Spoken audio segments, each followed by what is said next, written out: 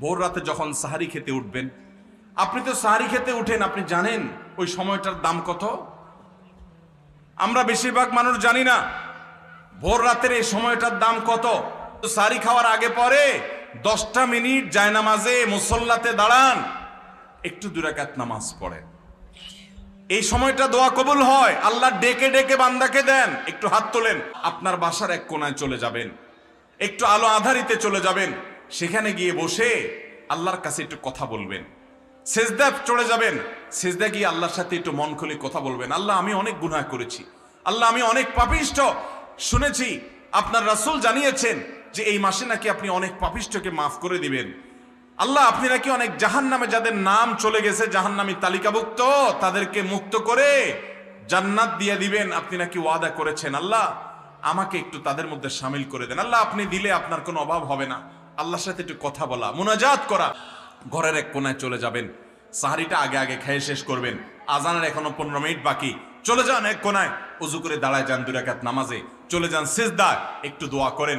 নিরিবিলি জায়গা যদি বাসায় না থাকে, ছাদে চলে যান, মসজিদে আগে চলে যান, এক কোনায় চলে যান। এই সময়ের 10টা মিনিট অন্য সময়ের ঘন্টার চাইতে মূল্যবান। চেষ্টা করবো তো ইনশাআল্লাহ। ভাইরা আমার, সিয়াম আমাদেরকে হারাম ছাড়ার প্রশিক্ষণ দেয়। সিয়াম আমাদেরকে বলে তোমার যা মনে চায় তা করতে পারবা না। অনেক অবৈধ কাজ করার সুযোগ আসে, তোমার মনেও চায় কিন্তু করা যাবে না। কারণ যে তুমি রোজা রয়েছো, রোজা রেখে তুমি ট্রেনিং নিয়েছো যে পানি থাকলেই পান করা যাবে না, খাদ্য থাকলেই খাওয়া যাবে না, ক্ষুধা থাকলেই খাওয়া যাবে না, আল্লাহর ভয়ে বেঁচে থাকতে হবে। এই বিষয়টাকে সামগ্রিক জীবনে অ্যাপ্লাই যেন করি, সেই শিক্ষাটাই রমজানের রোজা আমাদেরকে দেয়। আল্লাহ আমাদেরকে সেই শিক্ষা গ্রহণ করার তৌফিক দান করুন।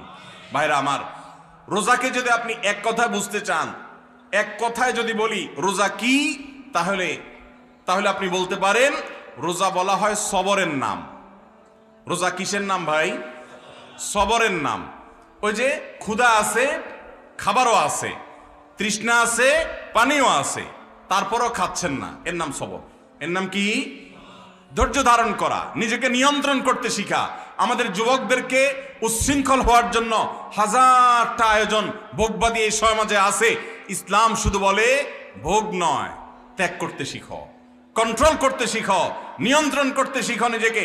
যেখানে সেখানে ডাইরেক্ট হয়ে যাওয়া নয়, নিজেকে আটকে রাখা, নিয়ন্ত্রণ করা, সবর করা।